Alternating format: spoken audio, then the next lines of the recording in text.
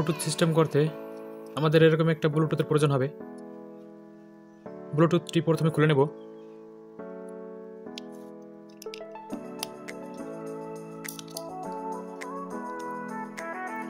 দেখুন খুলে নিয়েছি। সার্কিটটি আমাদের প্রয়োজন হবে, তার দুটি কি প্রথমে রিমুভ করে দেবো।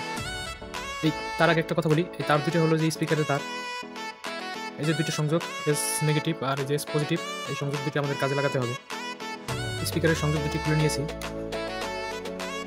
স্পিকারের অক্স কেবলের যে তারটি আছে, এই তারটি মাথা কেটে দেবো, কটটাকে কেটে দেবো। এটা আমাদের প্রয়োজন হবে না, আর তারের দুটি মাথা বের করতে হবে। তারের মাথা দুটি হালকা একটু রাং ধরাবো। এবার বাড়তি কিছু অংশ আছে কেটে দেবো। এবার অক্স কেবলের যে লাইন দুইটি আছে, এই লাইন দুইটা ব্লুটুথের যে স্পিকারের যে কানেকশন এস নেগেটিভ আর এস পজিটিভ, এই দুইটার সাথে সংযোগ করে দেবো।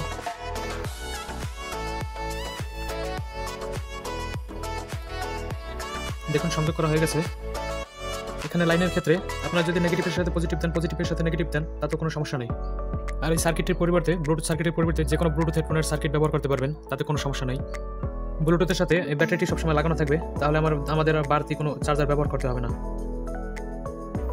আর এই স্পিকারটি আমি আগে একটা ভিডিওতে বানিয়ে দেখিয়েছি, আপনারা যদি না দেখে থাকেন তাহলে আই বাটনে দেওয়া থাকবে, আপনারা দেখে আসতে পারেন, অথবা এন্ড স্ক্রিনে দেওয়া থাকবে, সেখান থেকে দেখতে পারেন। আমাদের একটা মোবাইল চার্জারের প্রয়োজন হবে এই স্পিকারটিতে পাওয়ার দেওয়ার জন্য। দেখুন স্পিকারটিতে সংযোগ চলে আসছে। ব্লুটুথটা চালু করব।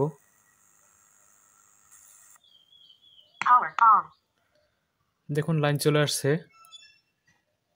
ব্লুটুথ কানেক্ট করে এবার টেস্ট করব।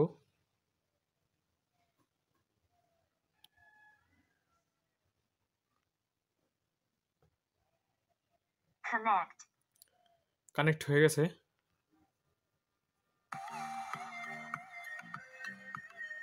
দেখুন কত সুন্দর সাউন্ড হয়।